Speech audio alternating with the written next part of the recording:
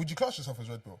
No, I've always classed myself as common sense. Okay. I've always classed myself as that. Yes, I was in the red pill space or the manosphere space, and a lot of what is being said aligns with me. The extreme levels of the manosphere and red pill, I don't get involved in. Because my thing is, bro, is that a lot of the channels and a lot of the people that speak, right, aren't in a position to speak, bro. Like, a lot of them have never actually had a relationship, never been married, never even been able to attract a woman. No.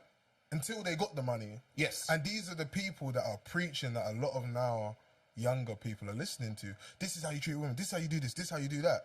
But you've got no women. So you've never had anything. Yeah. So one of the reasons why I exited that space, yeah, is because I was introduced to the space and heard certain things going on in the space because I was going through my own personal issues with like court, baby mother drama, blah, blah, blah, women manipulating stuff, all that. So that resonated. You slotted in perfect. It resonated with me, bro. I was like, yeah, I get it. And then what I started realizing is most of the people in the space, like you said, are talking about stuff they haven't even experienced. They don't even know. Never. They don't even know. Like most of the guys and girls that are in this space, both can't hold down a relationship. Nope.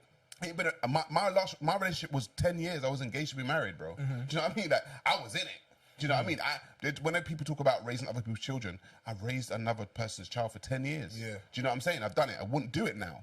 And when people say, oh, guys don't want single mothers, I know why I don't want a single mother. Because you've experienced it. I've experienced it. Yeah. And I can tell you the pitfalls of it. And I can, and two of my closest friends have also done it. And I can see their pitfalls too. So they done it and they were like, one done it for 7 years, one done it for 14 years. Mad. And I was like, you're not a veteran. Yeah, and at the end of it, they're like, bro, these children, it's not your child. Yeah.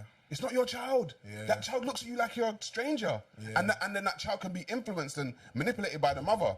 And then all of a sudden, you're looking at the child that you raised all that time like, oh shit, that's my enemy. Like, do you know what I mean? That child doesn't, so overnight, I get it. Quick, bro, I get it.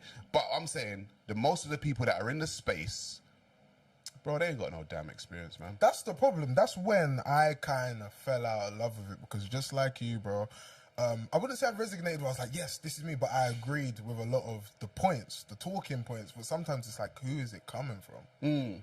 Can this person, like, are you living what you are preaching? Yeah. Are you practicing what you're preaching? Yeah. Because that's my thing.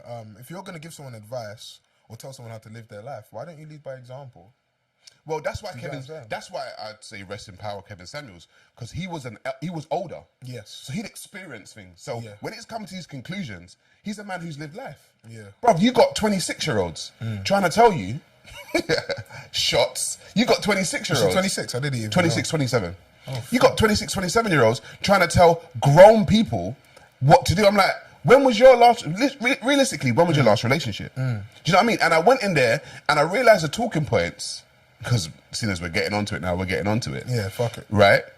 When I was in that space and I would try and, there were times when I was, so funny, like, exclusives, there were times when I would try and set Pearl up with guys. Yeah? Okay. Yeah, there were times like she'd come to me and be like, what type of guys? Black guys? She likes black guys. Okay. She likes black guys. I'm just gonna say, like that's what she likes. I seen her ex. Her ex was black, but I don't know if that was a one-off. So I would try. That's interesting, but carry on. Yeah, I would try and set her up. Yeah, and then, bruv, the socially awkwardness was just it. I don't know if it scared guys off or whatever.